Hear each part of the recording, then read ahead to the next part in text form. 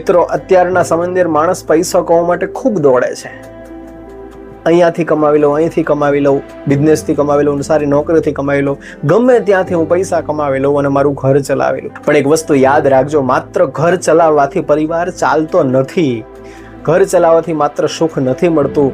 ઘર ચલાવવાથી પરિવારને આનંદ નથી મળતો, પણ પરિવારને સાથે બેસી અને બે વાતો કરવાથી જે આનંદ ને પ્રેમ મળે છે ને, એ ક્યાંય દુનિયામાં મળતો નથી.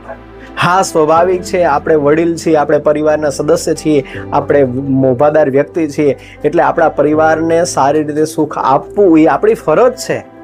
પણ ફરજના કારણે આપણે એ ના ભૂલી જવું જોઈએ કે ફરજની સાથે સાથે પરિવારને પ્રેમ આપવો પણ ખૂબ જરૂરી હોય છે. તમારું સંતાન સવારમાં ઉઠે, રાત્રે તમે ઘરે આવ્યા હોય ત્યારે સંતાન સૂઈ ગયું હોય, તમે જ્યારે સવારે જાઓ ત્યારે સંતાન સૂતું હોય, બપોરે આવો ત્યારે સંતાન ટ્યુશનમાં હોય, સાંજે આવો ત્યારે સંતાન હોય નહીં, સન્ડેનો દિવસ હોય ત્યારે સંતાન ક્રિકેટ આદિ રમતોમાં રમવા ચાલ્યું જાય. તમે સંતાન પાસે ક્યારે બેસો છો?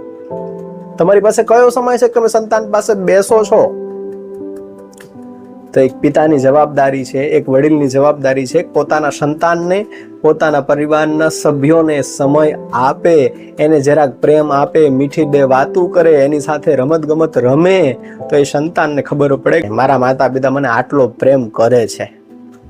આ નથી આપતા, એના કારણે જ આ સંતાન બગડે છે અને મોબાઈલના રવાડે ચડી જાય છે, ટીવીના રવાડે ચડી જાય છે, ખરાબ સોબતના રવાડે ચડી જાય છે, ખરાબ મિત્રોના રવાડે ચડી જાય છે. વસ્તુ ના બનાવી હોય તો જીવનમાં એક વસ્તુ ધ્યાનમાં રાખજો કે તમે તમારા પરિવારને સાચો સમય આપો. સાચો સંબંધ જે છે કે તમે પરિવાર સાથે બેસી અને તમારા સમય પ્રમાણે બે વાતો એની સાથે મીઠી કરો. માત્ર સોશિયલ મીડિયા અથવા માત્ર મોબાઈલ, કોમ્પ્યુટર, લેપટોપ, બહારની દુનિયા, એ જ બધું તમને નથી આપી દેવાનું. એ કદાચ આપશે ને તો કદાચ બે પૈસા આપશે, પણ એ બે પૈસા વાપરનાર જો તમારી પાસે નહીં હોય ને, તો એ બે પૈસા આપેલા તમારી પાસે કંઈ કામના નહીં હોય. એ બેંકમાં પડ્યા રહેશે અથવા ઘરમાં પડ્યા રહેશે.